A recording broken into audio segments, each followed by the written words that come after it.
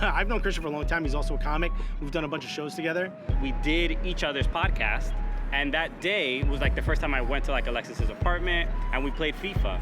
So that's when we started talking about like our interest in soccer. And ever since then, we just kind of started hanging out together and joking about soccer, and that's where Cooligans even came from.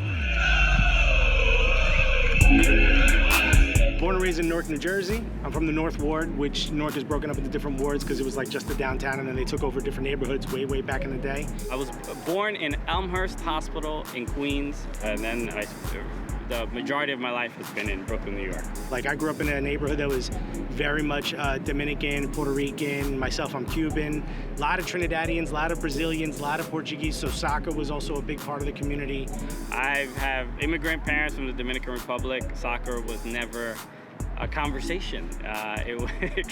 But then I started playing FIFA. Like, once that game came into my life, that triggered a passion for the sport. The thing about soccer is when you start to really dig deeper, you realize it's its own world. There's so many stories attached to it that, like, as soon as I found out a little bit about soccer, there was just no way I wasn't gonna be attached to it. The way I actually got like a real emotional connection to the sport is that, so my brother, he is a professional handball player. Anytime he went to a particular country, he would get me a soccer jersey from that country.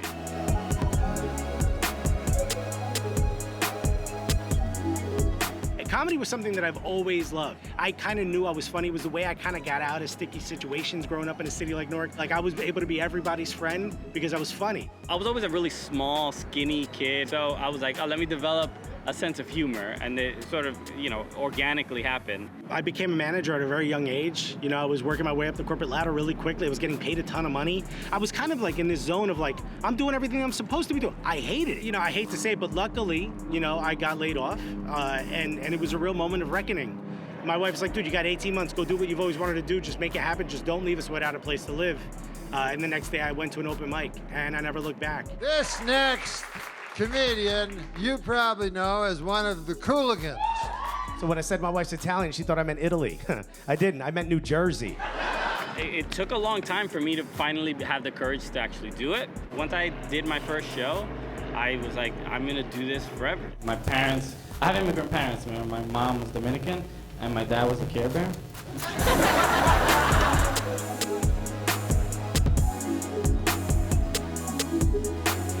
When NYCFC started, Alexis said, hey, I'm thinking of getting season tickets. I called him, I'm like, yo, dude, these tickets aren't that expensive. It's soccer. Him and I always used to talk about soccer. I was like, yo, it'll be a good opportunity. We'll go to the games. He immediately bought tickets in the same section. I always had this in my head, like, if the city gets a team, I'm gonna support it. So off the rip, I was ready to go. I think I was like the 200th person to get a season ticket. I've been a fan of NYCFC since it started.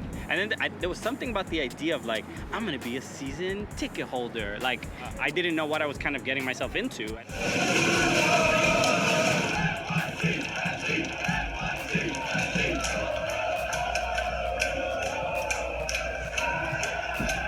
Was like, man, this dedication for something that's not a job was kind of like inspiring, or at the very least something I wanted to be a part of.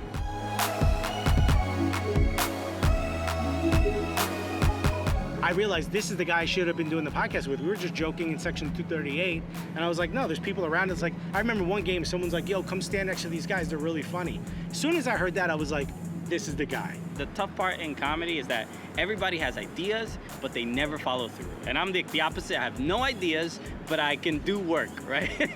Because he was in a place where, oh, I have this idea. I want to do this like soccer show, and like we can film videos and do a podcast. And I was like, okay, this is how we do it. He is the antithesis of me in every shape and way, except we're both comedians and we both have that.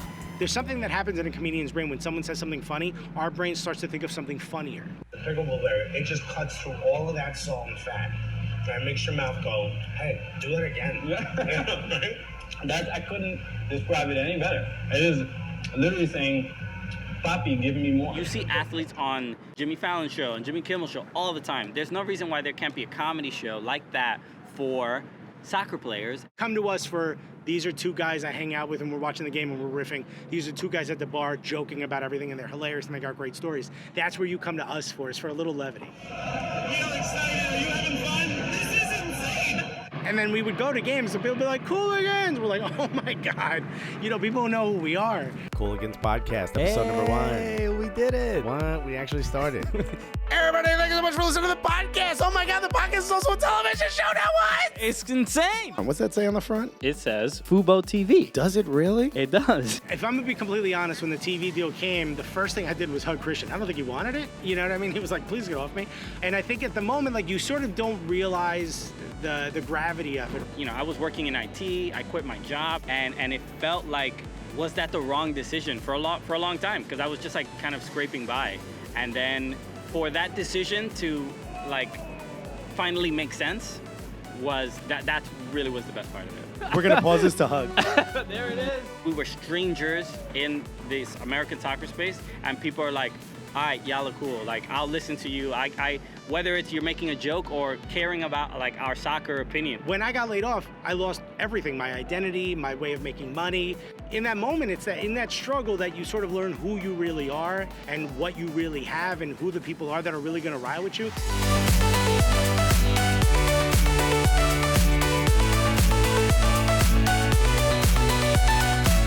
Wow, this is real. This is very real. This is real. This is surreal. Yes, it's absolutely surreal. We have managed to hack our way into NYCFC's YouTube channel. No, I'm kidding. This is a real show. This is NYCFC at home with the Cooligans. Getting to the point where we could finally work with NYCFC, people were seeing like, oh, they're not just idiots, right? That's really, us not being idiots is crucial to working with NYCFC. That's really an important part.